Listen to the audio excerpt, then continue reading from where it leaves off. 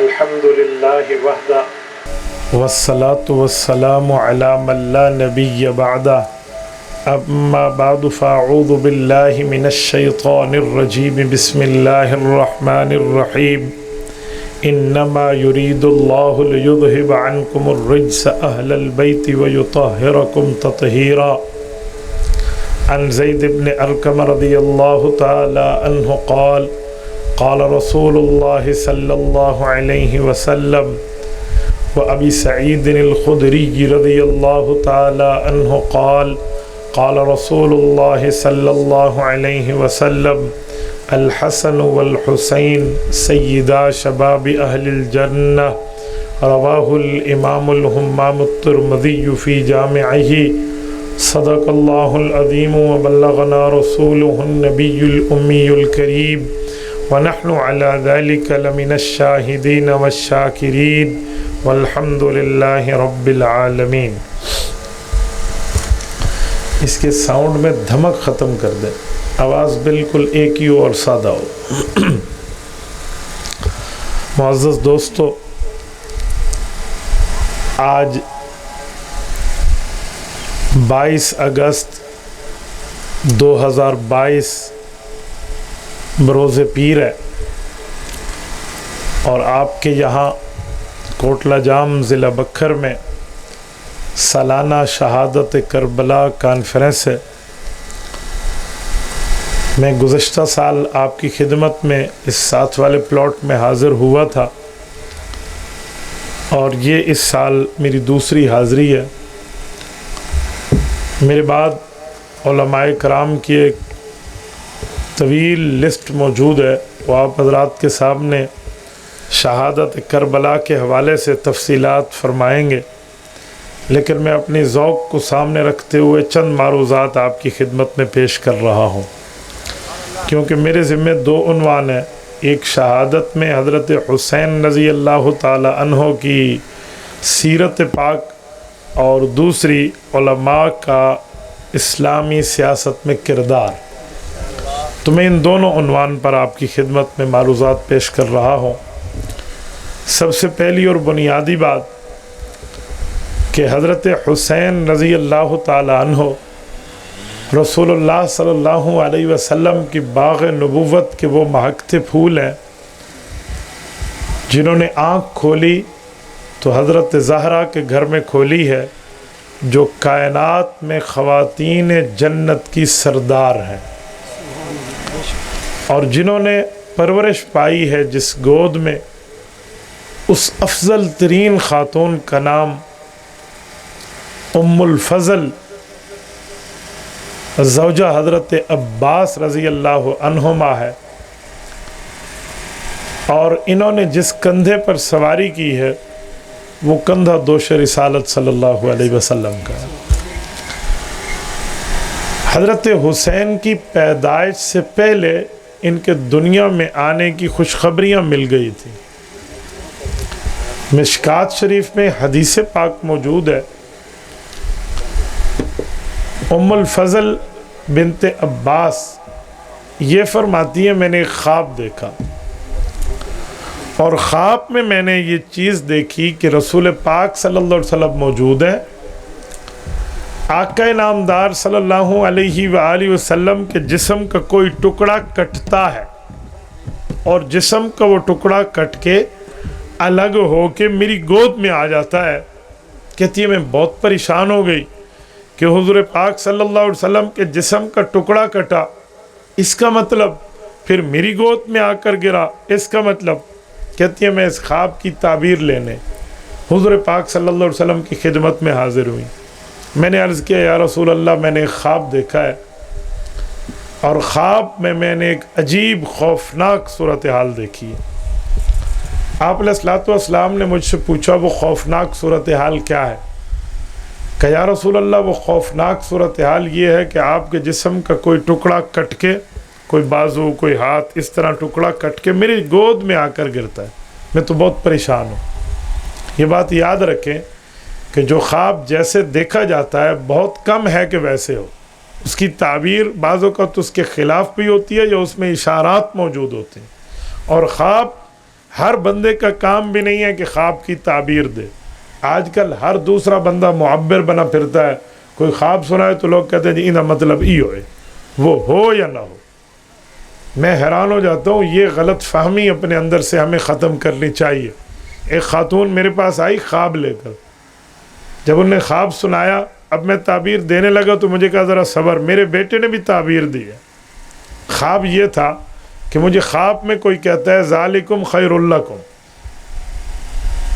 تو عورت اس آیت کا ترجمہ پوچھنے آئی کہ ذالکم خیر لکم کا کیا ترجمہ ہے. تو کہنے لگی جب میں نے اپنے بیٹے کو سنایا، چلاتا تو وہ ریڈی ہے، مولوی حافظ عالم کاری نہیں ہے، لیکن اس نے کہا ہے اس کا مطلب ہوتا ہے ذالکم خیر لکم، تو ذالیاں میں تمہاری خیر ہے، آپ عورتیں آپ کی خیر ہے. تو میں نے کہا ٹھیک ہے، ایک مفتی صاحب سے آپ پوچھ کے آ گئی ہیں، آپ دوبارہ پوچھنے کی کیا ضرورت ہے. تو اس لیے خواب کی تعبیر میں جلدی نہ کیا کر. خواب کی تعبیر بندہ سمجھے، اس کے پاس جا کر جو آدمی خواب کی تعبیر بتانے کا اہل ہو. امام جعفر الصادق رحمہ اللہ یہ خواب کی تعبیر کے امام گزرے ہیں. خوابوں کی تعبیر بتاتے تھے. جیسے امام ابن سیرین رحمہ اللہ کا نام آتا ہے نا، تو ان کا بھی نام آتا ہے. یہ بیٹھے تھے، ان کے پاس ایک شخص آیا، اس نے کہا میں نے خواب دیکھا ہے. بندہ بڑا دیندار تھا. کہا جی کیا خواب دیکھا؟ کہ میں نے خواب دیکھا میری چارپائی کے نیچے آگ لگی ہوئی ہے، اور انہوں نے کہا کہ مجھے اس کی تعبیر چاہیے.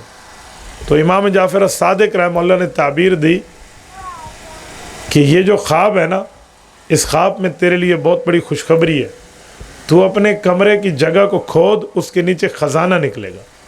انہوں نے کھودا تو خزانہ نکلا. کچھ عرصے بعد ایک اور بندہ آیا خواب دیکھ کر. اس نے کہا حضرت میری بھی چارپائی کے نیچے آگ لگی ہوئی. انہوں نے کہا جا اپنے کمرے سے سامان نکال لے، تیری چھت گر جائے گی. انہوں نے سامان نکالا، چھت گر گئی. شاگرد اس پورے عرصے میں دونوں موجود تھے اس واقعات میں. تو دونوں واقعات کو اٹھا کر شاگردوں نے کہا استاد جی خواب دونوں نے ایک جیسا دیکھا ہے، بس کوئی 5-6 ماہ کا درمیان میں فرق ہے. ایک بندے کو خزانہ مل رہا ہے، ایک کی چھت گر رہی ہے، ایک کا فائدہ ہو رہا ہے، ایک کا نقصان ہو رہا ہے. آپ کیسی تعبیر فرما رہے ہیں؟ تو انہوں نے فرمایا خواب میں موسم کا بڑا دخل ہوتا ہے. جب ہم تعبیر دیتے ہیں موسم دیکھتے ہیں. وہ سردیوں کا موسم تھا، نیچے آگ رکھنا فائدہ مند ہے. یہ گرمیوں کا موسم ہے، آگ سیکنا نقصان ہے. اس کی چھت گری ہے، اسے خزانہ ملا. فرق آ گیا. اب ہر بندے کو کیا پتا کہ خواب کی تعبیر کا معاملہ ہے کیا. تو حضرت ام الفضل بنت عباس جو ہیں، زوجہ عباس جو ہیں، یہ عبداللہ بن عباس کی اماں ہیں. یہ بھی خواب حضور پاک کے پاس لائے کہ رسول اللہ میں نے خواب دیکھا، تعبیر آپ دے. تو حضور اقدس صلی اللہ علیہ وسلم نے جو تعبیر دی ہے نا، وہ تعبیر یہ آپ علیہ السلام نے فرمایا یہ کوئی خوفناک صورتحال نہیں ہے. میرے جسم کا ایک ٹکڑا کٹا تیری گود میں آیا، یہ تو بہت اچھا خواب ہے. تو ان کی پریشانی قدرے کم ہوئی کہ یا رسول اللہ اچھا کیسا، تھوڑا ارشاد فرما دے. حضور پاک علیہ السلام نے فرمایا رب فاطمہ کو بیٹا دے گا اور تو اس کی تربیت کرے گی. اور وہی ہوا. حضرت اماں فاطمہ رضی اللہ تعالیٰ عنہ کے گھر حضرت حسین پیدا ہوئے، اور حضرت ام الفضل زوجہ عباس رضی اللہ عنہ نے ان کی تربیت فرمائی. تو آپ اندازہ لگائیں حضرت حسین کے آمد سے پہلے حضرت حسین کے آنے کی خوشخبریاں موجود. اور میرے دوستوں میں ایک بات مزید بھی کہتا ہوں، اس حدیث پاک سے ایک نقطہ اور بھی سمجھ آتا ہے. وہ نقطہ یہ ہے کہ رسول اللہ صلی اللہ علیہ وسلم کے 3 بیٹے اور 4 بیٹیاں ہیں.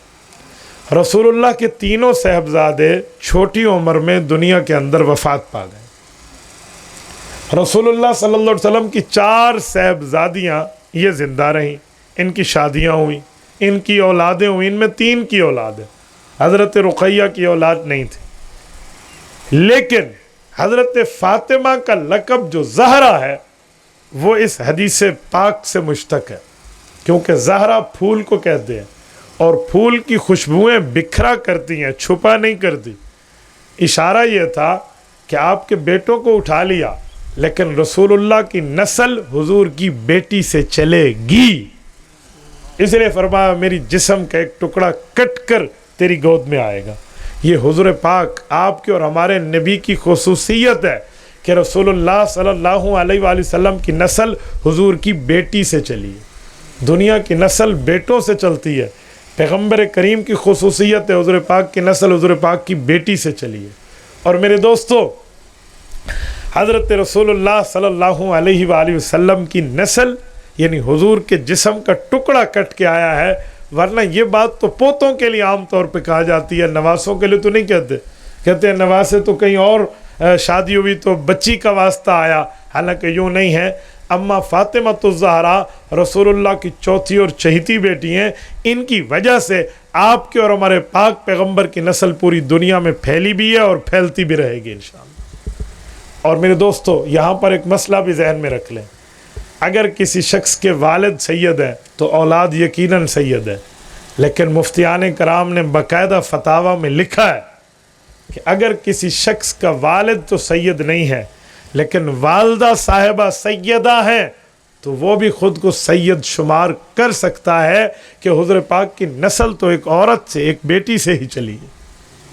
اگر کسی کی ماں سیدہ ہے تو آپ اس کو یہ فضیلت دے سکتے ہیں۔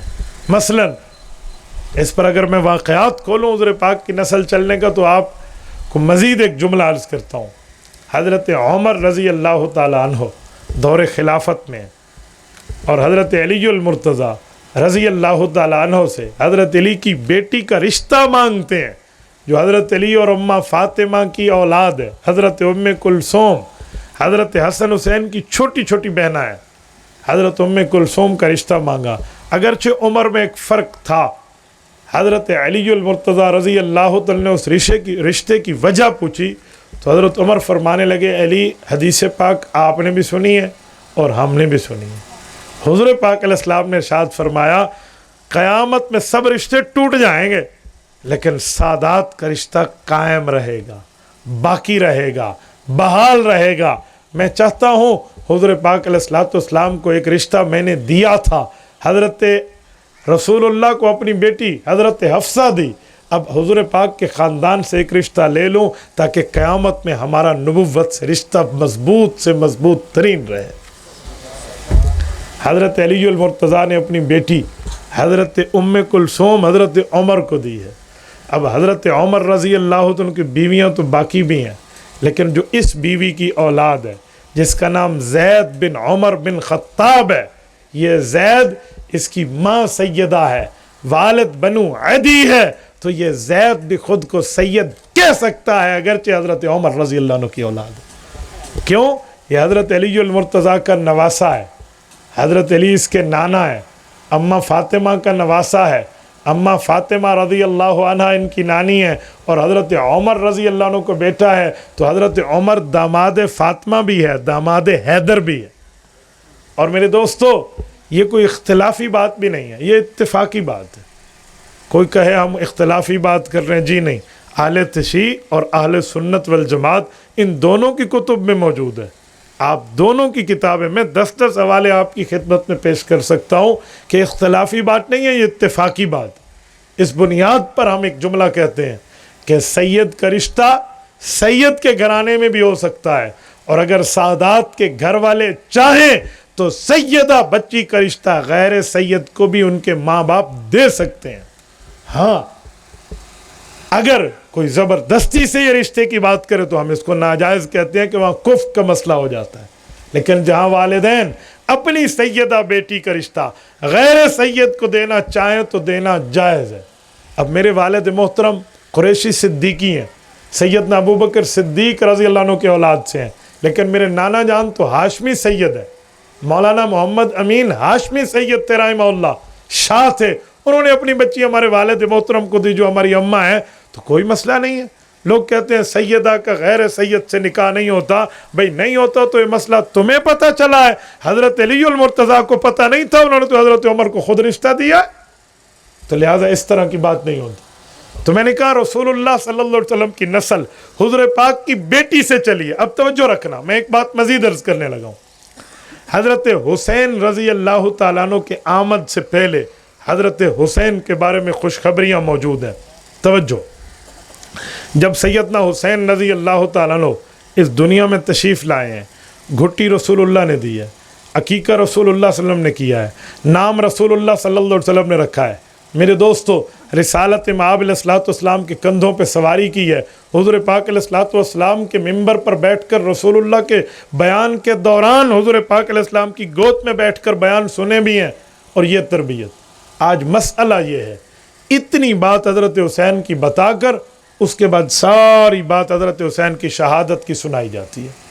کسی سیرت کا ہو نا تو وہ سیرت اتنی سنائے گا، بچپنا ایسے گزرا، نام ایسے رکھا، فضیلتیں ایسی ملی، حضور پاک علیہ السلام نے اٹھایا، کندھے پہ بٹھایا، آپ علیہ السلام کے کمر مبارک پہ سواری کی تو حضور پاک نے سجدہ لمبا فرما دیا، پوری یہ سنائیں، اس کے بعد شہادت سنائیں گے۔ یار میں ایک سوال کرنے کا حق رکھتا ہوں، حضرت حسین کا بچپن ہے اور پھر حضرت حسین کی شہادت ہے، درمیانی عمر نہیں ہے، جوانی نہیں ہے، وہ بھی تو سنا ہے نا۔ حضرت حسین کی شہادت کے وقت عمر بعض لوگوں نے 56، بعض نے 58 سال لکھی ہے۔ یار یہ تو بچپن کے 6-7 سال ہو گئے، اور شہادت 58 سال میں، جو 50 سال کی بقایا زندگی ہے وہ بھی تو سنا ہے نا۔ وہ نہیں بتائیں گے، پتہ کیوں نہیں بتائیں گے؟ اگر وہ بتائیں تو مسئلہ ایک اور نکل آئے گا۔ وہ مسئلہ کیا ہے؟ حضرت رسولullah کی وفات ہوئی ہے، رسالت مآب علیہ السلام کے دنیا سے جانے پہ حضرت حسین 7 سال کی عمر پوری 8ویں سال میں ہے۔ اب 8ویں سال کا بچہ اچھا بھلا غور کرتا ہے، سمجھتا ہے، بات کرتا ہے، بات سنتا ہے، رپلائی کرتا ہے سوال جواب کا، اور دور حضرت ابوبکر کا شروع ہے، پھر 2.5 سال ہے، یہ 10 سال ہونے کے لگ بھگ عمر ہے۔ پھر پورے اگلے 10 سال کی خلافت جو ہے یہ حضرت عمر رضی اللہ عنہ کی ہے، حضرت حسین کی عمر 20 سال ہے۔ پھر اس کے بعد 12 سال کی خلافت حضرت عثمان کی ہے، حضرت حسین کی عمر 32 سال ہے۔ یہ سنائیں تو یارانہ صحابہ سے اہل بیت کا نظر آئے گا، اور اگر نظر آ گیا، پتہ چل گیا کہ حضرت حسین کی جوانی خلافت ثلاثہ کے دور میں کتنی محبت سے گزری، اگر یہ باتیں بتائیں تو پھر تو جھوٹے کا مذہب جھوٹا ہو جائے گا نا۔ جس نے ادھر آواز ہے اور ادھر آواز ہے اور یوں کہا پر معاملہ چلایا ہوا ہے، جس نے ساری زندگی جھوٹ بول بول کے اہل بیت اور صحابہ کو نعوذ باللہ لڑایا ہوا ہے، اس کی دکانداری بیچارے کی بند ہو جائے گی، وہ تو دیوالیہ ہو جائے گا، اس نے تو ڈوب جانا ہے۔ وہ آگے سنائے گا، بتائے گا کیا؟ اس لیے مٹی پاؤ بھائی، کیا کیا انہوں نے؟ صرف بچپن اور صرف شہادت، ختم۔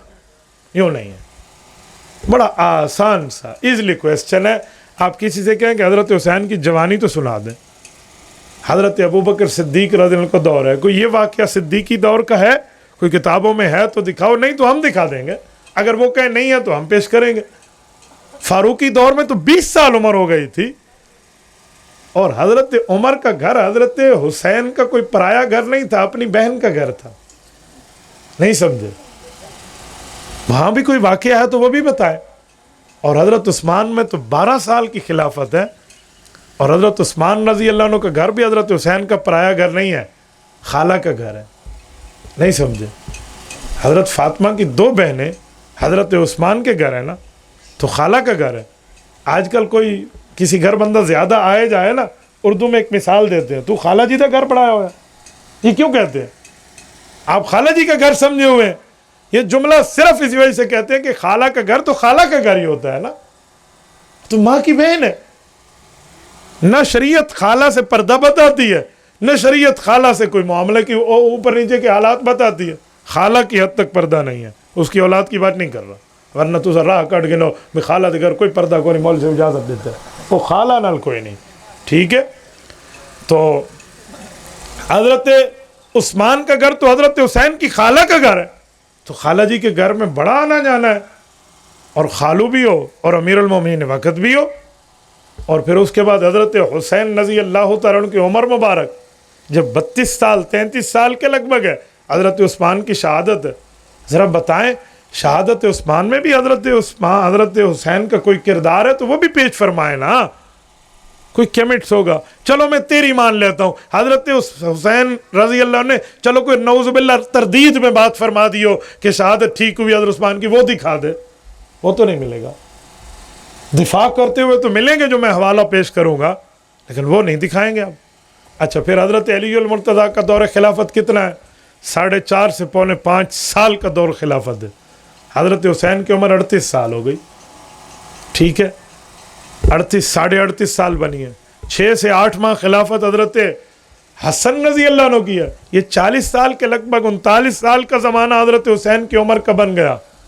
اور پھر حضرت حسن رضی اللہ عنہ نے جب حضرت معاویہ سے صلح کی ہے، اور حضرت معاویہ رضی اللہ تعالیٰ عنہ کا زمانہ جا کر سن 60 ہجری پہ ختم ہوتا ہے، حضرت علی المرتضیٰ کی شہادت سن 40 میں ہے، 41 کے آخر میں حضرت حسن حضرت معاویہ کے ہاتھ میں ہاتھ دے کر بیعت کر کے صلح کرتے ہیں.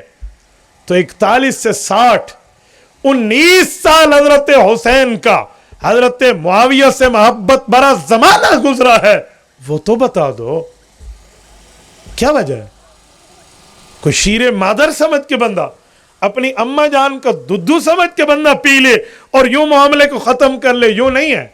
مورخین کی آنکھیں اندھی نہیں ہیں، حوالہ جات موجود ہیں، لیکن یہ سنایا بتایا سمجھایا اعلان کیوں نہیں کرایا جاتا اس کا؟ میں تو بہت حیران ہوں. میں نے جب بھی کسی حسینی نام لیوا سے حضرت حسین کو سننا چاہا بھی تو یا بچپن سنا ہے یا شہادت سنی ہے. یہ جو درمیانی عمر ہے اس عمر کا بھی تو واقعات ہونے چاہیے. جی اس عمر کے واقعات نہیں ہیں. کیوں نہیں ہیں؟ ہیں، سب کچھ ہے بھائی، لیکن شرط یہ ہے کہ بتایا سنایا سمجھایا تو جائے نا، لیکن یوں نہیں ہے. اب توجہ رکھنا، میں بتانے لگا ہوں. حضرت رسول اللہ تک تو میں آپ کو کچھ احادیث کوٹ کر چکا ہوں. جب رسول اللہ صلی اللہ علیہ وسلم دنیا سے تشریف لے گئے، حضرت ابو بکر رضی اللہ تعالیٰ عنہ کی عمر ہے، عمر خلافت شروع ہے. حضرت حسین رضی اللہ تعالیٰ عنہ سے پیار کتنا تھا، گلی میں حضرت حسین اور حضرت حسن آ رہے ہیں تو حضرت ابو بکر صدیق انہیں اٹھا لیتے اور حضرت علی المرتضیٰ کو فرماتے، علی یاد رکھنا الشبیہ بالنبی، یہ جو تمہارے بیٹے ہیں نا یہ رسول اللہ سے بڑی مشابہت رکھتے ہیں. یہ پیار اور محبت کے واقعات آپ کہاں دکھائیں گے؟ چلو بچپنا تھا، حضرت صدیق اکبر دنیا سے چلے گئے، حضرت عمر کا دور ہے، حضرت عمر رضی اللہ عنہ کے دور میں واقعات کی لائن ہے، خدا کی قسم حیران ہو جاتا ہے بندہ.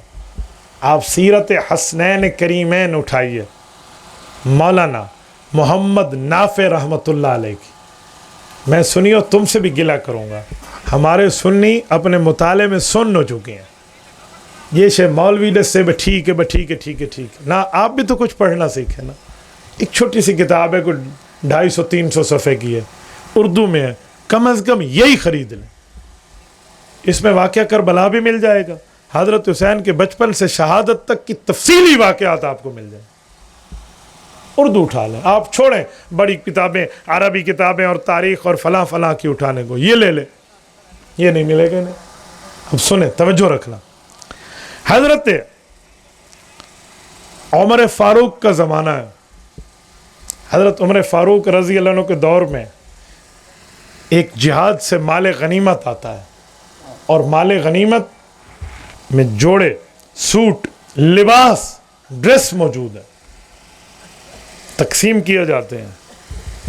لیکن حضرت عمر سمجھتے ہیں کہ ان لباسوں میں وہ حیثیت نہیں ہے، اس سوٹ میں وہ اہمیت نہیں ہے جو میں حسین اور حسن کو پہناؤں، یہ ان کی شان کے مطابق نہیں ہے. کیا کیا جائے؟ تو حضرت عمر رضی اللہ عنہ نے اسپیشل ایک فارس گھڑ سوار بھیجا جو یمن گیا، اور اسی کمپنی کا اعلیٰ درجے کے 2 سوٹ بنوا کے لائے اور حضرت حسن اور حسین کو پہنائے. حضرت عمر نے انہیں چلتے ہوئے دیکھا، بیٹھ کر کہا اللہ کی قسم اب میرا دل خوش ہو گیا.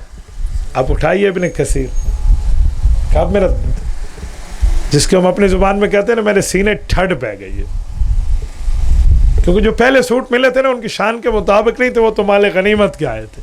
یہ واقعات کہاں جائیں گے؟ اور جب حضرت عمر رضی اللہ تعالیٰ عنہ کو حضرت حسین سے ملنے کا اتفاق ہوا تو حضرت عمر رضی اللہ تعالیٰ عنہ نے فرمایا آپ ہمارے پاس آیا کریں. کہا جی ٹھیک ہے.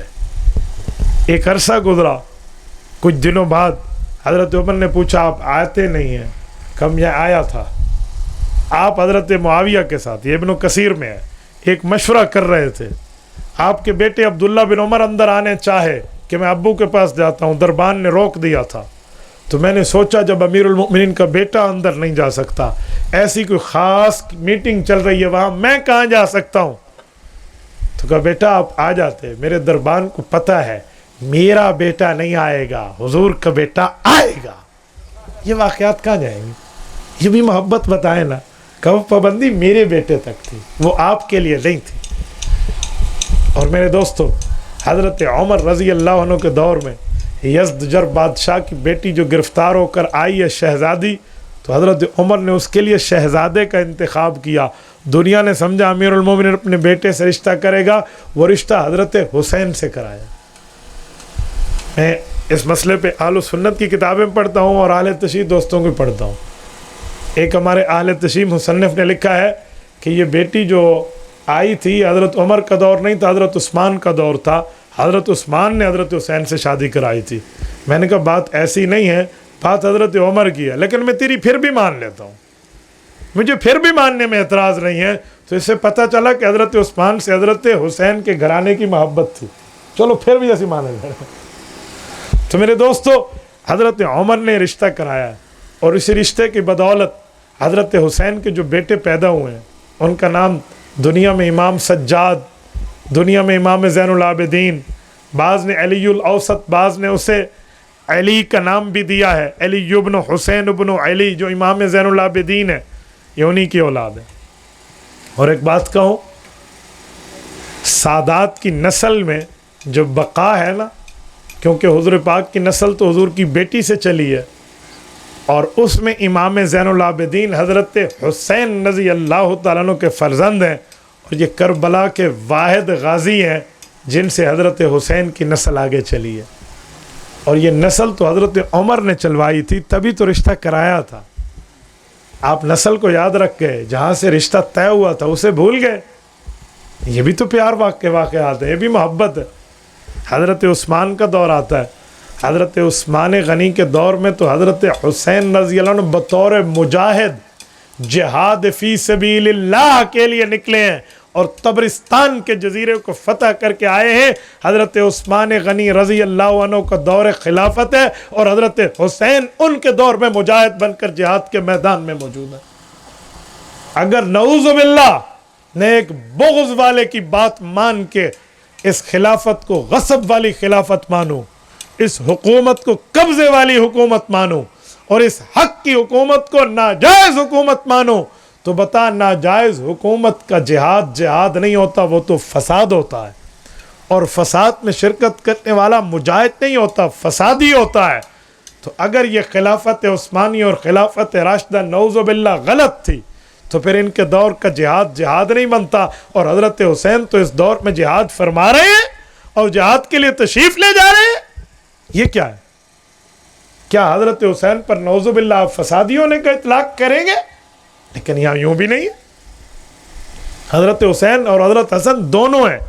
یہ غزوہ یہ جو وہ ہے جنگ طبرستان ہے، اس کی فتح میں یہ دونوں بھائی شامل ہیں حضرت عثمان غنی کے بھیجے ہوئے لشکر میں۔ تو میرے دوستو، یہ بھی محبت کی باتیں ہیں۔ اور ایک جملہ مزید سنیں، امام ابن کثیر نے بھی ایک واقعہ لکھا ہے، اور اس کو محمد ابن جریر الطبری رحمہ اللہ، جن کی تفسیر ہے، جس کو جامع البیان کہتے ہیں، تفسیر طبری، انہی کی تاریخ ہے، جسے تاریخ طبری کہتے ہیں۔ لوگ سمجھتے ہیں یہ اہل تشیع ہے، یوں نہیں ہے۔ محمد بن جریر الطبری نام سے دو بندے ہیں، ایک 224 میں وفات پا رہا ہے، اور ایک 310 میں وفات پا رہا ہے۔ یہ 310 والا جس کی تفسیر طبری بھی ہے، تاریخ طبری بھی ہے، یہ اہل سنت والجماعت مؤلف ہے، یہ وہ مؤلف ہے، اور اس کے تقوی اور طہارت اور للہیت پہ پورے واقعات موجود ہیں۔ اسی لیے تاریخ طبری محمد ابو جعفر محمد بن جریر الطبری المتوفى 310 ہجری خالصتاً اہل سنت والجماعت ہے۔ لیکن لوگوں کو شبہ ہو جاتا ہے طبری کی روایت ہے تو ہم مانتے نہیں، وہ طبری کوئی اور ہے، اس کا نام محمد بن جریر الرستم طبری تھا، اور رستم طبری فارسی تھا جو اہل تشیع مذہب رکھتا تھا۔ یہ محمد بن جریر الطبری المتوفى 310 ہجری عربی ہے، یہ اہل سنت والجماعت مذہب رکھتا ہے۔ اس نے تاریخ بھی لکھی ہے اور تفسیر بھی لکھی ہے۔ کچھ لوگوں سے غلط فہمی میں نے یہ بھی سنا ہے کہ تاریخ والا جو ہے یہ اہل تشیع اور تفسیر لکھنے والا اہل و سنت ہے. یوں نہیں ہے. اسی نے تاریخ بھی لکھی اور اسی نے تفسیر بھی لکھی ہے جو 310 ہجری میں فوت ہوا ہے, اور یہ عربی ہے, وہ ابن رستم ہے, وہ جو ہے نا کیا کہتے ہیں اہل تشیع, اور وہ فارسی ہے. فرق ہے. ان دونوں نے واقعات لکھے, امام ابن کثیر نے بھی اور امام طبری رحمہ اللہ نے بھی, کہ حضرت عثمان کا دور ہے. حضرت عثمان اور حضرت حسین نے طے کیا کہ ہم عمرے کے لیے اکٹھے جائیں گے. کہا جی عمرے کا سفر شروع ہے. ایک جگہ راستے میں حضرت حسین بیمار ہو جاتے, بخار شدید ہو گیا. حضرت عثمان رک گئے, تیمارداری شروع ہے, سارے ساتھی رکے ہوئے ہیں. حضرت حسین نے ایک دن کہا خالو آپ تشریف لے جائیے, آپ عمرہ پورا کر لیجئے, میں بہت بیمار ہوں, مجھے نہیں لگتا میں عمرے کا سفر کر پاؤں گا, میری وجہ سے آپ سب کے عمرے رہ جائیں گے, بس ایک دو بندے میرے ساتھ چھوڑ دیں, پیچھے اطلاع ہم گھر میں کر دیتے ہیں, آپ تشریف لے جائیں. حضرت عثمان نے کہا ایسا نہیں ہو سکتا, میں تیرے ساتھ چلا ہوں, ہم اکٹھے جائیں گے, میں آدھے راستے میں چھوڑ کے چلا جاؤں, بیماری آتی رہتی ہے, ٹھیک ہے کوئی نہیں مسئلہ, ہم رکے ہوئے ہیں. کچھ دن گزرے, پھر حضرت حسین نے, حضرت عثمان نہیں مان رہے, باوجود امیر المومنین تھے. تیسری مرتبہ تو حضرت حسین نے اپنی نسبت کا واسطہ دے کر اصرار ہی کر لیا کہ آپ میری نسبت نہیں جانتے, میری محبت تو سمجھیں, آپ جائیے, میں نہیں جا پاؤں گا, مجھے سخت تکلیف ہے, میرے گھر والے آ جائیں گے, بس آپ نے اطلاع کر دی ہے, آپ چلے جائیں. جب نسبت محمد صلی اللہ علیہ وسلم کا واسطہ دیا, حضرت عثمان کہتے ہیں میرے پاس کوئی چارہ نہ رہا, ہم حضرت حسین نظر کے لیے ساتھی چھوڑ کے جو ان کی تیمارداری میں رہیں, حضرت علی تک اطلاع کر کے ہم چلے گئے. جب عمرہ کر کے واپس آئے, حضرت علی المرتضیٰ بھی آ چکے ہیں, حضرت حسین بھی وہیں آرام فرما ہے, اور بیماری کا عالم ہے, اب تندرست ہوتے جا رہے ہیں. تو کہتے ہیں میں جب حضرت علی سے ملا, حضرت علی المرتضیٰ نے اپنے بیٹے کی صحت یابی کی خوشخبری سنائی اور کہا اب ہم اکٹھے واپس چلیں گے. تو کہتے ہیں میں نے حضرت علی المرتضیٰ کے ہاتھ تھامے اور میں نے کہا علی یہ بیٹا تیرا ہے تو بھتیجا میرا بھی تو ہے نا, میں نہیں جاتا تھا عمرے پر, ان سے پوچھیں, انہوں نے مجھے اپنی نسبت کے واسطے دے کر اصرار کیا ہے, میرے پاس انکار کی گنجائش نہیں تھی. تو حضرت حسین نے کہا ابا جان جی ہاں میں نے ہی ایسے کیا ہے. تو حضرت علی فرمان لگے ہمیں تو گلہ پہلے بھی آپ پہ نہیں تھا, آپ نے مزید ایک اپنی اچھائی کی دلیل ارشاد فرما دی. یہ محبت کے واقعات کیوں نہیں سنائے جاتے؟ کہ حضرت حسین کا عمرہ ہے, یہ عمرے کا سفر ہے, اسے بھی تو بتایا جائے, یہ بھی تو تاریخ کے انمٹ نقوش میں موجود ہے, یہ بھی تو سیرت حسین رضی اللہ تعالیٰ عنہ کا ایک حصہ ہے. یار حج اور عمرے کا سفر بندے کا یادگار سفر ہوتے, محبوبانہ اداؤں کا سفر ہوتا ہے, یہ کیوں نہیں بتایا جاتا؟ لیکن یہ بتائیں تو حضرت عثمان اور حضرت حسین کا مضبوطی والا محبت والا تعلق ظاہر ہوگا, اور اگر تعلق ظاہر ہو گیا تو جھوٹے مذہب نے تو پھونک میں اڑ جانا ہے, تو اس لیے نہیں بتایا جائے گا. سنیں, حضرت عثمان غنی رضی اللہ تعالیٰ عنہ کے دور میں حضرت حسین کی آمد و رفت حضرت عثمان غنی کے گھر میں بہت زیادہ ہے. اس حد تک ہے کہ حضرت علی المرتضیٰ رضی اللہ تعالیٰ عنہ نے انہیں حضرت عثمان غنی کا پہرے دار مقرر کیا تھا شہادت کے وقت. یہ مذاق نہیں ہے. یہ جو لوگ کہتے ہیں نا کہ حضرت حسین رضی اللہ پہ پانی بند ہوا ہے کربلا میں, اس واقعے کو مان لینا تو اس سے بھی ایک بات ثابت ہوتی کہ جو 3 دن پانی بند ہوا ہے, حضرت عثمان غنی تو کئی دن پیاسے رہے تھے.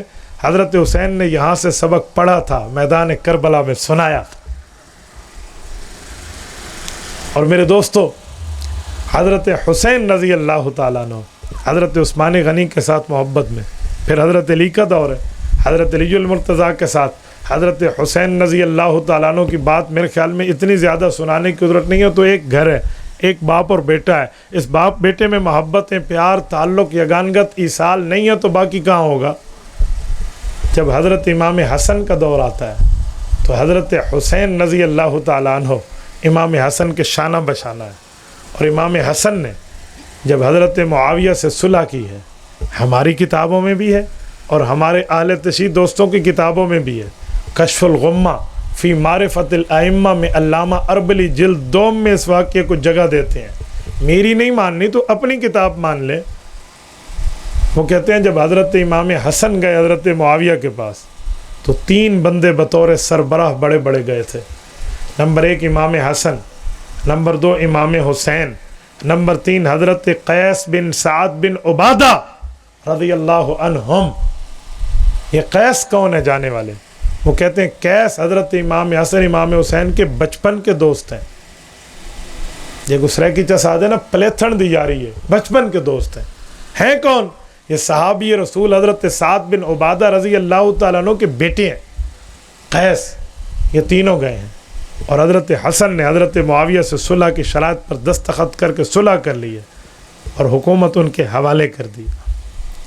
جب حضرت امام حسن نے اتنا بڑا کارنامہ کیا تو امام سلیمان بن الاشعث امام ابو داود سجستانی رحمہ اللہ سنن نبی داود کی جلد 2 میں روایت لائے ہیں. یہ سیاستہ کی حدیث پڑھ رہا ہوں. فرمایا جو آخر الزمان اللہ تعالیٰ ایک شخص کو بھیجیں گے جو امت کی اصلاح کرے گا, جس کا نام محمد ہوگا, لقب اس کا مہدی ہوگا. یہ امام مہدی جو آئیں گے آخر زمانہ میں جو پیدا ہوں گے, انہو من ولد الحسن, حضرت علی المرتضیٰ رضی اللہ فرماتے ہیں وہ امام حسن کی اولاد سے ہوں گے.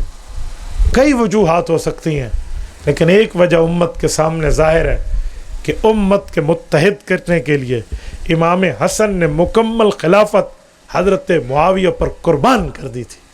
تو رب کریم ان کی نسل کو وہ فضیلت دیں گے کہ ان کی فضیلت میں امام مہدی آئیں گے جو پوری دنیا کے اسلامی حکمران بنیں گے. حل جزاء الاحسان الا الاحسان, یہ نیکی کی تھی تو اس نیکی کا بدلہ نیکی سے ملے گا. حضرت حسن نے جب صلح فرمائی تو میں علامہ اربلی کا حوالہ پیش کر رہا تھا. امام حسن نے بیعت کی, امام حسین نے بیعت کی. تو اربلی اپنی کتاب میں لکھتے ہیں کہ حضرت قیس بن سعد بن عبادہ بیٹھے تھے تو انہوں نے یوں دیکھا حضرت حسین کو آنکھوں سے کہ اب میں بھی بیعت کروں. تو حضرت امام حسین نے زبان سے جواب دیا, یوں آنکھوں کا اشارہ پھیر کے نا امام حسن تھا, انہو امامی, کہ حسن میرا بھی بڑا ہے تیرا بھی بڑا ہے. جب اس نے بیعت کر لی میں نے کر لی پھر آپ کو کیا اشکال ہے؟ فقام فبایا, کہ وہ اٹھے اور انہوں نے بھی حضرت معاویہ کی بیعت فرما لی. میرے دوستو, حضرت حسن کا یوں تعلق اور معاملہ رہا ہے. اور پھر اس کے بعد حضرت امام حسین رضی اللہ عنہ امام حسن کے بعد حضرت معاویہ کے وفادار دلدار رہے ہیں, محبت رہی ہے, پیار رہا ہے. نہیں تو یزید کے دور میں تو امام حسین کا اٹھنا اور کٹنا اور ڈٹ جانا بھی ثابت ہے. حضرت معاویہ کے دور میں کوئی ایک روایت ہے ان کی مخالفت کی ہے تو جرت کریں اور پیش کریں. اس دھرتی پر, اس کرۂ ارض پر کسی ماں کی کوکھ نے وہ بیٹا نہیں جانا جو حضرت حسین اور حضرت معاویہ کی کوئی لڑائی دکھا دے. یزید سے ٹکرائے ہیں, جیسے ٹکرانے کا حق ہے, کیونکہ یزید نے اپنے والد کی وصیت کو ٹھکرایا تھا کہ تجھے ولیعہد بنایا ہے, یاد رکھنا حسین ابن علی کی قدردانی کرنا.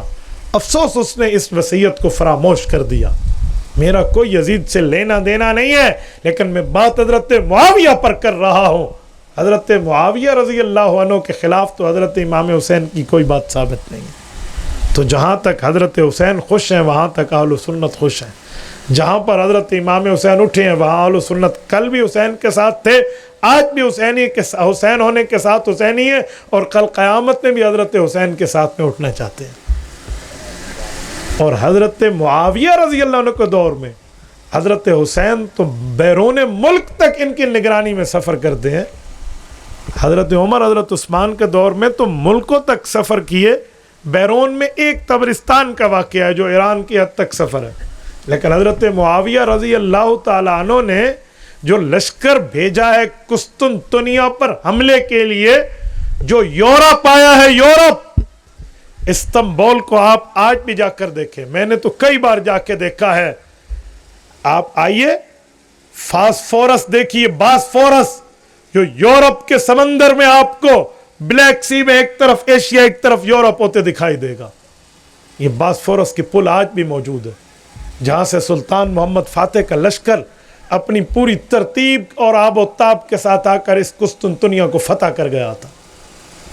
اس جگہ پر حضرت حسین آئے ہیں, حضرت معاویہ کے دور میں بطور جہاد فی سبیل اللہ آئے ہیں. صرف آؤٹ آف کنٹری سفر نہیں ہے, بر اعظم سے باہر. سعودیہ تو بر اعظم ایشیا ہے نا, حضرت حسین تو بر اعظم یورپ تک، ترک تک سفر کر رہے ہیں، اور یہ ترکی کو اس زمانے میں ترک نہیں کہتے تھے، بعد میں اس کا نام ترک پڑا ہے۔ اکا دکا واقعات میں ترک قوم کا لفظ آتا ہے، اس زمانے میں سے سلاجفہ روم کہتے تھے۔ جہاں حضرت امام روم رحمۃ اللہ علیہ قبر ہے نا، قونیہ میں قونیہ گیا ہوں۔ قونیہ وہ عظیم جگہ ہے جس کو ترکی والے کہتے ہیں ہمارا روحانی دارالخلافہ ہے۔ وہ کہتے ہیں ہمارا حکومتی دارالخلافہ تو انقرہ ہے جو کیپٹل آف دا ٹرکش، لیکن روحانی، ایمانی، اسلامی دارالخلافہ قونیہ ہے حضرت امام روم رحمۃ اللہ علیہ کی وجہ سے۔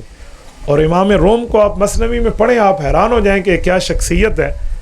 امام روم کا عزت احترام سے نام نہیں لیتے، صرف لقب ذکر کرتے ہیں۔ ترکی آج بھی حضرت مولانا کہتے ہیں، حضرت مولانا، آگے امام روم نہیں کہتے، اتنی عزت کرتے ہیں کہ نام اٹھائے بغیر ان کا عہدہ، ان کا منصب ذکر کر دیں۔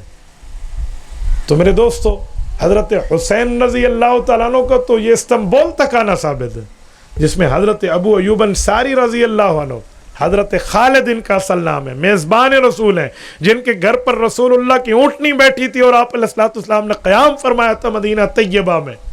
ان کی قبر مبارک آج بھی بر اعظم یورپ کے حصے میں، یورپن سائڈ ہے، ایشین سائڈ نہیں ہے، جہاں حضرت ابو ایوب انصاری کی قبر مبارک ہے۔ اسی جہاد میں ان کا انتقال ہے، اور حضرت حسین وہاں تشریف لائے۔ اللہ آپ کو لے جائے، آپ قسطنطنیہ جائیے، استنبول، آیا صوفیہ جائیے۔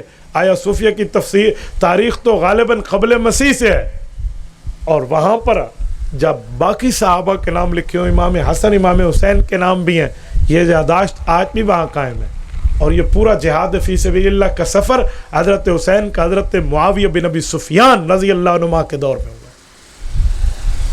یہ نظر نہیں آتا، یہ نہیں دکھتا یار، یہ محبت کے واقعے۔ یہ 19 سال کا تعلق ہے، 19 سال حضرت معاویہ کو امیر المؤمنین مانا ہے، تا دم وفات ہو گئی حضرت معاویہ کی۔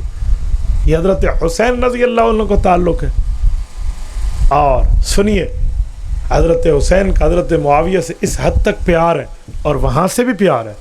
امام ابن کثیر ایک واقعہ لکھتے ہیں کہ حضرت معاویہ رضی اللہ عنہ نے ایک شخص کو کسی کام کے سلسلے میں حضرت حسین کے پاس مدینہ طیبہ دمشق سے بھیجا، ملک شام سے، اور فرمایا جاؤ مسجد نبوی میں جب حضرت حسین ہو تو انہیں میرا یہ پیغام دینا، اور وہ یہ آپ کا کام کر دیں گے۔ اس بندے نے کہا مسجد نبوی جاؤں؟ کہا جی ہاں۔ کہا کیسے پہچانوں گا وہ حضرت حسین ہے؟ وہ نیا نیا مدینہ طیبہ آ رہا تھا۔ فرمایا جانا مسجد نبوی، دیکھنا وہاں علم کے حلقے لگے ہوں گے، جس حلقے کے اوپر وقار، سکینت، طمانیت، اطمینان اور سنجیدگی غالب، اور بندے بڑے ادب اور احترام سے بیٹھے ہوں، یوں کہ ان کے سروں پر پرندے بیٹھے ہیں، وہ حلقہ حضرت امام حسین کا تعلیمی حلقہ ہوگا۔ یہ حضرت معاویہ رضی اللہ عنہ کے لفظ ہیں۔ تو بتائیے مجھے، یہ واقعات جب کتب میں موجود ہیں، جب یہ ساری باتیں حضرت حسین رضی اللہ عنہ اور حضرت معاویہ کی دلداری کی روایات موجود ہیں، انہیں کیوں نہیں بتایا جاتا؟ یہ بات ذکر کی جائے تو حضرت حسین حضرت معاویہ کا پیار نظر آئے گا نا، نفرتیں تو نظر نہیں آئیں گی۔ لیکن اگر پیار بتا دیا جائے تو جس کی روٹی نفرت پہ چلتی ہے، جس کا مذہب بھی جھوٹ پہ چلتا ہے، جس نے بات میں ملمہ سازی سے کی ہے، اس کا مذہب تو اڑ جائے گا نا ہوا میں۔ جب مذہب ہی اڑ گیا تو پیچھے بچا کیا؟ تو بھائی ایسے مذہب کو مذہب رکھنے کا فائدہ جو ایک چٹکی پہ اڑ جائے۔ مذہب تو وہ ہوتا ہے جو بندے کے سکون زیست کا سامان ہوتے ہیں۔ وہ کہتے ہیں ملک و مذہب سکون زیست کا سامان ہے، ملک میری جان، مذہب میرا ایمان ہے۔ ملک پر کر دوں فدا اپنی ساری زندگی، لیکن مذہب پر ہمارا ملک بھی قربان ہے۔ مذہب تو یوں رکھا جاتا ہے۔ اس مذہب میں بھی دو نمبری، اللہ کو نہیں جواب دینا۔ میں رات چکوال سے آ رہا تھا، مجھ سے رات ایک دوست نے سوال کیا حضرت حسین کے بارے میں، ہم گاڑی میں تھے۔ میں نے کہا سنیں، ہم حضرت حسین کے ساتھ تو ہیں کہ وہ اہل حق ہیں، کئی وجہ ہیں حضرت حسین کے ساتھ دینے کی، لیکن ایک وجہ اور بھی ہے کہ کل قیامت میں ہم نے سامنا رسول اللہ کا کرنا ہے۔ اگر ہم خود کو حضرت حسین کے مخالفین میں، یزیدیوں میں اپنا نام شمار کرا دیں، کس منہ سے رسول اللہ کا سامنا کرو گے؟ یہ جرت ہم میں نہیں ہے۔ یہ بات ہم میں نہیں ہے. ایک نہیں 1000 بار موت آتی آ جائے, لیکن رسول اللہ کا سامنا حضرت حسین کے قاتلین میں اپنا کرا کر بندہ کرے. یار ہم بڑے گناہ گار ہیں, ہم خطا کار ہیں, ہم سے گناہ ہو جاتے ہیں, لیکن اس گناہ کا یہ معنی نہیں ہے کہ ہم رسول اللہ صلی اللہ علیہ وسلم کا سامنا اس عالم میں کریں کہ ہم ان کا ساتھ دیں جو حضرت حسین کے جو ہے نا نعوذ باللہ ظالمین ہو. یہ ہم سے نہیں ہو سکتا. تو میرے دوستو, یہ حضرت حسین رضی اللہ تعالیٰ عنہ کے 50 سال کی زندگی کا خلاصہ میں نے آپ کے سامنے رکھا ہے. یہ باتیں تو کوئی نہیں بتاتا. اور آج میں حیران ہوں, انٹرنیٹ پر ایسے ایسے بکواسیات صحابہ اور اہل بیت پر موجود ہیں, انسان حیران ہو جاتا ہے. میں نے ایک نام نہاد انجینئر کی بات سنی. ایک دوست نے واٹس ایپ میں کہا استاد جی دیکھیں, میری عادت نہیں ہے میں ایسوں کو سن کے اپنا وقت ضائع کروں. اس نے ساتھ تحریر بھی لکھ کے بھیجی. اس میں لکھا ہوا تھا کہ حضرت حسین کے قاتل تو صحابہ کی اولادیں ہیں. وہ دراصل آدمی صحابہ پر اپنا بغض بتانا چاہتا ہے. میں نے انہیں کہا کہ یہ تصویر کا ایک رخ ہے. میں سمجھتا ہوں کہ شمر کے والد حضرت ذوالجوشن رضی اللہ عنہ صحابی ہیں, لیکن حضرت ذوالجوشن تو دنیا سے رخصت ہو گئے تھے. انہیں کیا پتا بیٹے نے یہ مردار کام کرنا ہے. آپ اس بنیاد پہ ان کے والد کو اس جرم میں شریک سمجھ رہے ہو.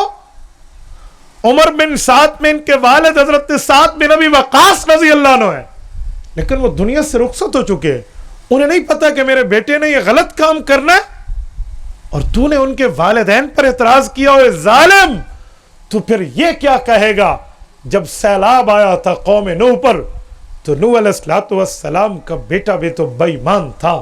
خود قرآن کریم نے کہا یا نوح انہو لیس من اہلک انہو عمل غیر صالح. اے نوح علیہ السلام, آپ وقت کے نبی ضرور ہیں, آپ اللہ کے برگزیدہ ضرور ہیں, آپ اللہ کی طرف سے انبیاء کی لسٹ میں موجود ہیں, لیکن آپ کا بیٹا آپ کا تابع دار نہیں ہے, تو وہ آپ کی اہل نہیں ہے. نبی کا بیٹا, نبی کا, ولی کا نہیں کہہ رہا, نبی کا بیٹا, سن آف دا پروفٹ, پیغمبر کا بیٹا, اے پیغمبری گھر میں پلنے والا, اگر وہ غلط کام کرے شریعت یوں اٹھا کر اسے مکھی کی طرح باہر پھینک دے. اور ان چند قاتلین بے ایمانین جو قتل حسین میں شامل ہیں, لعنت ہے اس کے اس کردار پہ. آپ اس کی بات کو اٹھا کے رسول اللہ کے صحابہ پہ لگا رہے ہو, جو پیغمبر کے صحابہ نے اللہ کے قرآن سے جنت کی سرٹیفکیٹیں لی ہے. اور ظالم اگر یہ بات ہے تو پھر سینہ کھول. اب میری باری ہے, میں جواب دینے لگا ہوں. حضرت حسین کے قاتلین میں صرف یہ نہیں ہے, حضرت حسین کے قاتلین میں کوفہ کے وہ لوگ ہیں جنہوں نے خط لکھے تھے, حسین آئیے ہمارے اوپر حکمرانی کیجئے, ہمیں سمجھائیے, دین بتائیے. ہم آپ کے والد علی المرتضیٰ کے نام لیوا, ہم آپ کے بھائی حسن ابن علی کے نام لیوا, ہم آپ کی خدمت کرنا چاہتے ہیں. یہ طبقہ جو حضرت حسین کو بلا رہا تھا, یہ شیعان علی کہتا تھا خود کو, شیعان حسن کہتا تھا خود کو کہ ہم حضرت علی کے حبدار ہیں, حضرت حسن کے حبدار ہیں. تمہیں وہ نظر آیا, یہ نظر نہیں آیا کہ حضرت علی کے نام لیوا, جھوٹے نام لیوا نے حضرت حسین کا قتل کیا. تمہیں وہ دکھتا ہے, یہ نہیں دکھتا. اگر تصویر کو دیکھنا ہے تو دونوں رخ دیکھیں, ایک رخ دیکھ کر بات نہیں سنی جائے گی. یہ شیس ابن ربیع کون ہے؟ یہ جو خط لکھنے والا بیٹھے ہیں, جن کے اوپر اعتماد کر کے حضرت حسین نے اپنے بہنوئی اور اپنے چچا کے بیٹے حضرت مسلم ابن عقیل کو بھیجا تھا. ساری بہنوئی نہیں, داماد. اب مسلم ابن عقیل اپنے چچا زاد بھائی کو بھیجا ہے, انہوں نے اس کو بھی شہید کروایا, ٹکے کا ساتھ نہیں دیا, اس کی اولادیں تک شہید کروائیں. اور حضرت حسین رضی اللہ عنہ کے یہ قاتل بنے, انہوں نے حضرت حسین کی اولادوں کو, بچوں تک کو شہید کر دیا.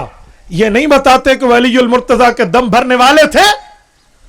بتائیں نا, صرف بکواس پیغمبر کے صحابہ پر کرنی آتی ہے, صرف زبان درازی یہاں آتی ہے, تو یہ بھی تو بتایا جائے. لیکن بغض ہے نا, وہ رستہ بدل بدل کے کہیں سے بھی نکل رہا ہے ان کا.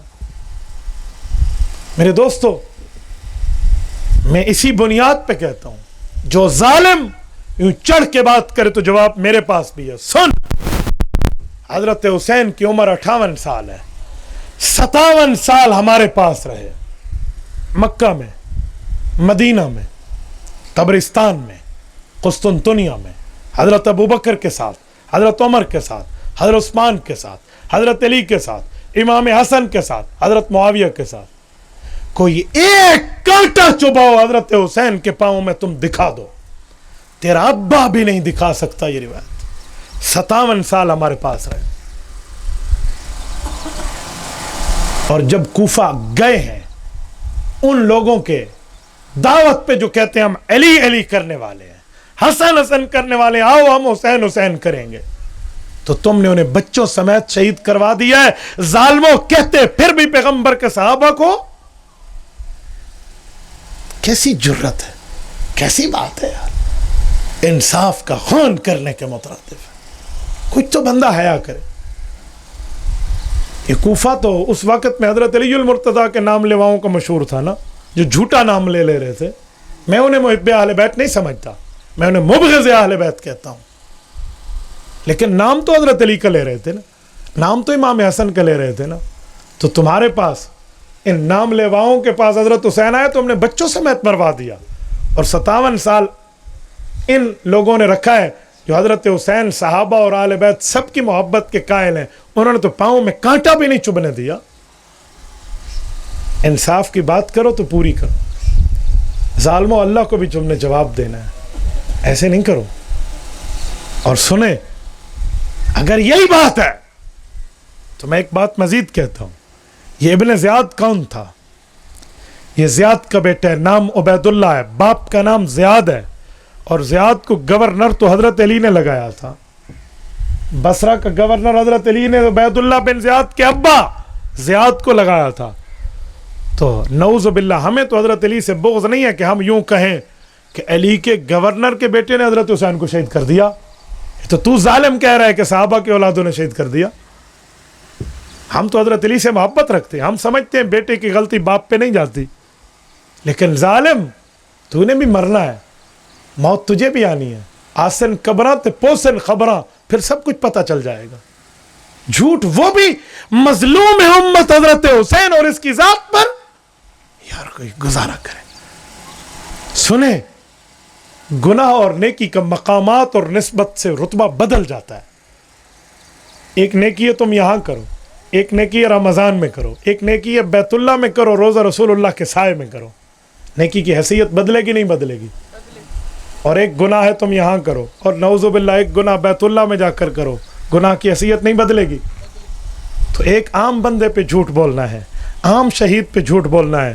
ایک سید الشہداء کربلا, امام عالی مقام, نواسہ رسول, جگر گوشہ بطول ابن حیدر حضرت حسین رضی اللہ عنہ پہ الزام لگانا ہے. ظالموں, کیا جواب دو گے رسول اللہ کو؟ تو بات سچی کرنی چاہیے. تو میں نے چند معروضات آپ کے سامنے پیش کی ہیں. اللہ تعالیٰ آپ کو اور ہمیں صراط مستقیم عطا فرمائے. اس کے ساتھ جو میرے ذمہ دوسرا عنوان ہے کہ میں علماء کرام کی سیاست کے متعلق بھی چند باتیں کروں. میرے دوستوں, میں نے گزشتہ بار بھی اس پر چھوٹی سے ایک آپ کو چند باتیں سمجھائی تھیں, اس دفعہ بھی سمجھانے لگا ہوں. مسئلہ یہ ہے کہ ملک پاکستان میں سیاست سب کرتے ہیں, لیکن جب علماء سیاست کرے, جمعیت علماء اسلام سیاست کرے, مولانا مفتی محمود کا نام آئے, مولانا سمیع الحق کا نام آئے, مولانا فضل الرحمان کا نام آئے, یا اس طرح ہمارے سیاسی علماء اور زعماء کا نام آئے, تو لوگ کہتے ہیں مولوی اسلام آباد کی سیاست کرتا ہے. ان سے پوچھو جو تمہارے ہیں وہ امام کعبہ کی شپ لینے کے لیے کر رہے ہیں, وہ کیا کہتے ہیں ہمیں امام کعبہ بنا دو. تو تم بھی وہی کر رہے ہو. اگر علماء اسلام آباد کی سیاست اس لیے کرتے ہیں کہ اسلام آباد جا کر وہ دین کے بارے میں کچھ بہتر کر سکیں, تو آپ کو اعتراض کرنے کا حق کس نے دیا؟ نمبر 2, پھر کہتے ہیں یہ بتائیں کہ مولوی نے اسلام نافذ آج تک کتنا کیا ہے؟ اسے کہیں یہ خلافت کا دور نہیں ہے، یہ پاکستان میں آئین کا دور ہے، یہ جمہوری معاملہ ہے. تم نے مولانا فضل الرحمان کو ووٹ کتنے دیے ہیں؟ جتنے ووٹ دیے ہیں نا تم نے، اتنا ہی اسلام وہ نافذ کر پائے گا. جتنی طاقت ہوگی اتنا ہی کرے گا. کراچی کے ایک بابا جی مجھے کہنے لگے اے مولوی کنا ہی کہ اسلام نافذ کیتا ہے. میں کہ چاچا جن نے ایک تسی ووٹ دیتے نا، اجی میں تے نہیں دیتے، میں تینوں پوچھنے دے حق ہے، تجھے پوچھنے کا حق ہے. ان کا ووٹر سپورٹر، ان کا کارکن ان سے پوچھے. اور سن، جتنا بھی ہے نا اس نے اپنا دینی تشخص آج تک برقرار رکھا ہے. یہ جو ملک میں سود کے خلاف اپیلیں گئی ہیں ابھی کہ سود کو دوبارہ بحال کیا جائے، اس کے مقابلے میں اگر سودی نظام کے خاتمے کے لیے مفتی تقی عثمانی دامت برکاتہم کو لے کر وقت کے وزیر اعظم سے جو بات منوائی ہے تو وہ اسی مولوی فضل الرحمان نے منوائی. یہ تو کوئی نہیں بتاتا، یہ تو کوئی نہیں سنا رہا کہ سود پاکستان میں 75 سال سے ہمارے اوپر مسلط ہے. لیکن اس کے تسلط کو ہٹانے کے لیے کردار تو اس مولوی کا ہے. آپ نام نہیں لیں گے تو میرے دوستو کچھ تو گزارا کریں. بس مسئلہ یہ ہے کہ مولوی یہاں نہ آئے، مولوی اس میدان کو چھوڑ دے. کیوں؟ سیاست کسی کی ماں کو جہیز میں ملی ہے کہ مولوی نہ آئے. بھائی سنیں، سیاست اسلام کی سیاست بنے گی تب جب مولوی آئے گا. اور ایک جملہ میں مزید سمجھاتا ہوں. لوگ بعض اوقات کہتے ہیں سیاسی بیان ہے، یہ وہ کہے جو سیاست کو جھوٹ سمجھتا ہے. ہم تو سیاست اسلام کو عین سچ سمجھتے ہیں. کیوں؟ سیاست کو چند لوگوں نے غلط کیا ہے جو جھوٹے ہیں، کذاب ہیں، دجال ہیں، جو غیر کے ایجنٹ بنے ہوئے ہیں، انہوں نے خراب کیا. ورنہ سیاست گندی چیز نہیں ہے. حدیث پاک میں ہے، صحیح بخاری جلد اول کتاب الانبیاء باب ذکر بنی اسرائیل، حضرت ابو ہریرہ رضی اللہ عنہ راوی ہیں. اللہ کے رسول نے فرمایا انبیاء کرام سیاست کیا کرتے تھے، میں نبیوں میں آخری نبی اور انبیاء کا آخری سیاستدان ہوں. یہ حضور کی حدیث ہے.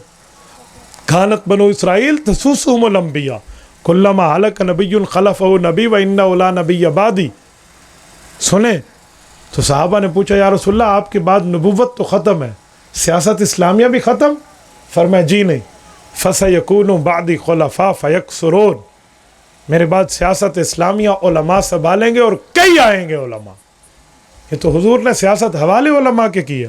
تو سا پھتوری تو گامے کو دے کے بیٹھے ہوئے ہوں، پھتوری تو گاما ہی آیا کھڑے ہوتے نا، مولوی کو تو ڈیونی کو نہیں.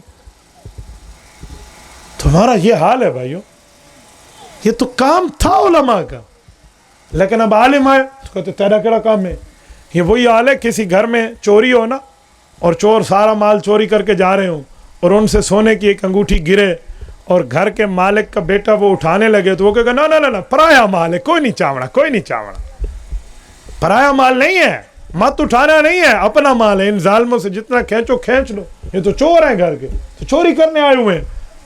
تو بھائی آج بھی سیاست پہ ڈاکہ کسی وڈیرے نے مارا ہے، کسی جاگیردار نے مارا ہے، کسی بے دین نے مارا ہے. اس ڈاکے کو ختم علماء کریں گے. آپ الٹا مولوی کہتے ہیں تے نہیں آوڑا، ہاں اون نہیں آوڑا تو پچھو اٹا مٹی رہتے، پھر آنا کس نے ہے؟ آپ اس سے سوچو گے اسلام نافذ کرے گا جس کو خود کلمہ بھی سیدھا نہیں آتا، جس کو قل واللہ بھی نہیں آتا. اذان شروع ہو تو وہ کہ اذان بج رہا ہے، اعوذ باللہ پڑھے تو اعوذ باللہ من شیطان الرجیم پڑھے، اس کو اعوذ باللہ من الشیطان بھی نہ آئے، تو ان سے بندہ اسلام کی توقع رکھے گا. تو میرے دوستو اس لیے آپ حضرات سے کہتا ہوں، اگر اسلامی سیاست میں آپ کا موڈ ہے سپورٹ کرنا ہے تو علماء کو کریں. غیر عالم کو سپورٹ کر کے آپ نے اپنی ترتیبیں خراب کرنی ہے، پھر اس ترتیبیں خراب ہوں گی اور اگر ملک میں خرابت پھیلے گی تو ذمہ دار وہ ہوں گے تو آپ بھی ہوں گے. اسی لیے میں ہر دور میں کہا کرتا ہوں کہ اگر وہ کوئی غیر اسلامی کام کریں گے تو جن نے ووٹ دیا ہے وہ سوچ کے انہیں ووٹ دیں. تو اس لیے آپ اپنے ووٹ اور سپورٹ کو علماء کے لیے رکھیں. اللہ آپ کو رحم صراط مستقیم عطا فرمائے. اقول قولی ھذا واستغفر اللہ وآخر دعوانا ان الحمد للہ رب العالمین. حضرت مفتی صاحب کچھ لوگ غیر تبلیغی جماعت پر اعتراض کرتے ہیں کہ انہیں حدیث کا مفہوم کیوں کہتے ہیں، حدیث کے لفظ بیان. جی ہاں، حدیث پاک میں ہے جس بندے نے میرے الفاظ میں جان بوجھ کے رد و بدل کر دی تو یہ آدمی جھوٹا ہے. تو اس بات سے بچنے کے لیے تبلیغی جماعت کے بزرگ کہتے ہیں تمہیں حدیث کا لفظ یاد ہے تو لفظ سنا دو، لفظ یاد نہیں ہے تو گناہ گار ہونے سے بچنے کے لیے کہہ دو حدیث پاک کا مفہوم کچھ یوں ہے، یہ تو حدیث پاک کے حکم کے مطابق ہے، تو آپ کو تو شاباش دینی چاہیے کہ وہ جماعت والے حدیث پہ عمل کرتے ہیں، وہ گناہ گار نہیں ہوتے، نہ خود ہوتے ہیں نہ دوسروں کو کرتے ہیں۔ تم حدیث کا لفظ سنا دو وہ لفظ نہ ہو پھر تو بھائی جب ہمیں بھی حدیث کا لفظ یاد نہ ہو مطلب پتہ ہو تو ہم بھی مفہوم کہتے ہیں کہ قیامت بندہ ڈکا نہ کھڑو تو بھائی قیامت میں اللہ کے رسول کو کیا جواب دیں گے؟ تو اس لیے سچ بولنا چاہیے، جھوٹ نہیں بولنا چاہیے۔ اور یہ حدیث کا مفہوم یہ تو حدیث کی کتابوں میں بھی ہے، بعض اوقات حدیث لکھتے لکھتے محدثین او قالا لکھتے ہیں، او قالا کا کیا مطلب ہے؟ یا یوں فرمائے یا یوں فرمائے، اسے تو مفہوم کہتے ہیں، تاکہ الفاظ میں شک آ گیا تو او قالا کہہ دیا، تو ایسے نہیں کہتے بھائی۔ حضرت عبداللہ بن مسعود فرماتے اللہ کے رسول نے یوں فرمایا، نہیں یوں فرمایا، ہاں یوں فرمایا، وہ بھی اس انداز کو اس طرح بیان کرتے تاکہ مجھ سے کوئی غلطی نہ ہو جائے۔ تو یہ تو تبلیغی جماعت والوں کی اچھی بات ہے، آپ اچھی کو بھی برا بنا کر بیٹھے ہوئے ہیں۔ یہ وہی ہے، وہ کہتے ہیں ایک اندھا جا رہا تھا کھیت میں اور اس کو کھیت میں چلتے ہوئے پاؤں کے نیچے بٹیر آ گیا، خود بخود آ گیا، تو وہ بٹیرا اس نے پکڑا اور پکڑ کے اٹھا کے کہا ہم بھی شکاری ہوتے ہیں، اندھا شکاری ہوتے ہیں۔ سبحان اللہ، مسئلہ ہے ہی کوئی نہیں، خواہ مخواہ سے جماعت والوں کو خطاب بنایا ہوا ہے۔ کچھ لوگ اعتکاف کے بارے میں کہتے ہیں کہ عورت کو مسجد میں اعتکاف کرنا چاہیے۔ شاباش میرا بیٹا، شاباش، تو اپنی امی جی کو لے آ مسجد اور بٹھا دے اعتکاف پہ۔ سادے بندے ہو دنیا میں۔ حضرت اماں جان عائشہ رضی اللہ تعالیٰ عنہ ارشاد فرماتی ہیں حضور پاک کے دور میں عورتیں مسجد میں نماز پڑھنے آتی تھیں، اور اب اگر حضور کے دنیا سے جانے کے بعد کے جو حالات پیدا ہو گئے ہیں، اب حضور پاک دنیا میں تشریف فرما ہوتے تو عورتوں کو مسجد میں آنے سے منع کر دیتے۔ یہ اماں عائشہ کے وقت کی بات کر رہا ہوں، اور آج تو 1400 سال گزر گئے۔ ٹھیک ہے، یہ عجیب دنیا میں آپ نے معاملہ چلا رکھا ہے، عورت بھی مسجد میں آئے تو بد نظری صرف پھر بازار میں نہیں بچیں گے، پھر مسجد میں بھی بچانے کے لیے کہیں گے جکو تے آخرا کھڑو اگو مئی کھڑوتی ہے۔ تو ایک امام بھی مسجد میں کوئی عورت بنا لو، آپ ایک مؤذن بھی عورت رکھ لو، بسم اللہ ساری اعتکاف کیوں کراتے ہیں؟ سارے کام بسم اللہ، مکبر بھی عورت بن جائے گی، 4 لڑکوں کو پتہ چل جائے تو اگلی صف میں نماز پڑھنے آ جائیں گے، بھائی یہ تو تمہارے نمازی پڑھ جائیں گے، پھر یہ سارا کام کر لو۔ ایسے دنیا میں سادی مخلوق ہے۔ مولوی صاحب یزید کے دور میں مسجد نبوی اور بیت اللہ میں گستاخانہ حملے ہوئے، اس بارے میں رہنمائی فرمائیں۔ میں نے پہلے کہا یزید سے میرا کوئی تعلق نہیں ہے، اس نے بیت اللہ پہ سنگ باری کرائی ہے، اور مسجد نبوی میں جو اس نے حملے کرائے ہیں، واقعہ حرہ کرایا ہے، یہ اس کے سیاہ کارناموں میں ہے، ہمارا اس سے کوئی واسطہ نہیں۔ اور ابھی مسجد حرام بیت اللہ پر سنگ باری ہو رہی تھی کہ یزید مر گیا تھا، وہ مرا حضرت حسین رضی اللہ عنہ کے بعد ان جیسے کالے کرتوتوں میں ہے، تو میں ان کا کیوں دفاع کروں؟ میرا کیا اس سے واسطہ ہے جو میں بتاتا پھروں؟ آپ سے کوئی پوچھے نا آپ کا یزید کے بارے میں کیا خیال ہے، ایک ہی جواب دینا کہ جو حضرت حسین کا خیال ہے وہی ہمارا خیال ہے، جان چھٹی۔ کچھ فکری جماعت والے کہتے ہیں ہم علماء دیوبند سے ہیں، علماء دیوبند سے فتویٰ آ چکا ہے کہ فکری کوئی دیوبندی شیوبندی نہیں ہے۔ میں تو حیران ہوں، وہ اکھے وہ گھینن میں دے تو اے آدھی میں فرنٹ سیٹ تے باسا، جی ہاں بھائی وہ فتویٰ لکھ کر بیٹھے ہوئے ہیں بھائی ان کا دیوبند سے کوئی واسطہ نہیں، اور آپ کہتے نہیں ایسا ہے سے بھا تو ہیں پکا ہے پتر۔ مفتی صاحب بدعت حسنہ بدعت کبیہ میں کیا فرق ہے؟ ان کی شرعی تعریف کیا ہے، حیثیت کیا ہے، اس میں کیا شامل ہے کیا شامل نہیں ہے؟ دیوبندی علماء عقیدہ حیات النبی کے قائل ہیں، بدعت حسنہ پہ عمل کرتے ہیں یا نہیں؟ وضاحت فرما دیں۔ سوال والے کو پتہ ہی نہیں ہے سوال کیسے لکھتے ہیں، پہلے سوال تو لکھنا سیدھا سیکھ لو۔ اور خدا کے بندے بدعت والا معاملہ اور ہے، عقیدہ حیات النبی والا معاملہ اور ہے، 2 سوال آپ نے گڑمڑ کر دیے ہیں۔ یہی حال ہے کہ جیسے کوئی بندہ کہ بھائی آپ کا نام کیا ہے، آپ کا نام کیا؟ محمد اسماعیل، اچھا اسی لیے انڈیا کا دارالخلافہ دلی ہے، تو بھئی اسماعیل کا دلی سے کیا تعلق ہے؟ انہوں نے بھی ایسے 2 باتیں جوڑ دی ہیں خواہ مخواہ سے۔ سب سے پہلی بات کہ بدعت بدعت ہے، بدعت حسنہ کوئی بدعت حسنہ نہیں ہے۔ بدعت حسنہ کہتے ہیں اچھی بدعت کو، بدعت کب اچھی ہو سکتی ہے؟ حضور پاک علیہ السلام فرماتے ہیں من احدث فی امرنا ھذا ما لیس منہ فہو رد۔ صحیح بخاری میں عائشہ کی روایت ہے، فرمایا جس نے دین میں بدعت نکالی میں محمد کریم اپنی اتھارٹی سے اس کو مردود قرار دے رہا ہوں، رسول اللہ صلی اللہ علیہ وسلم نے فرمایا۔ تو اب بدعت حسنہ نہیں ہوتی، لیکن جو حسنہ کہتے ہیں ذرا میں ان کی بھی پوری لتریشن کر کے جاتا ہوں کہ وہ حسنہ کا چکر کیا ہے۔ نمبر 2، حضور پاک نے فرمایا من وقر صاحب بدعت فقد اعان علی ہدم الاسلام، جس نے کسی بدعتی بندے کی بدعت کہتے ہیں سنت کے مخالف عمل کرنے والا. فرمایا بدعتی آدمی کی عزت کرنا شروع کر دی, اس نے تو دین کو گرانا شروع کر دیا. تو اس لیے بدعت میں کوئی ہنسنا نہیں ہے, ہمیشہ بدعت قبیح ہے, غلط ہے. اچھا یہ بدعت ہنسنا ہے کیا؟ لوگ حضرت عمر رضی اللہ عنہ کو ایک واقعہ سناتے ہیں کہ حضرت عمر رضی اللہ تعالیٰ عنہ تراویح کے بارے میں فرمایا نعمت البدع, اچھی بدعت ہے تو بدعت ہنسنا مانگے. حالانکہ یوں نہیں ہے. محدث ابو شہمہ رحمہ اللہ نے کتاب الباعث میں جو یہ روایت لکھی ہے تو پوری لکھی ہے, آپ کے پاس آدھی ہے جو آپ آدھی سنا رہے ہو. وہ فرماتے ہیں حضرت عمر نے فرمایا ان کانت البدعۃ فنعمت البدع, اگر اس کو تم بدعت کہتے تو اچھی بدعت کہہ سکتے, تو جب بدعت کہنا نہیں ہے ہی سنت تو اچھی بدعت کہاں سے آ گئی؟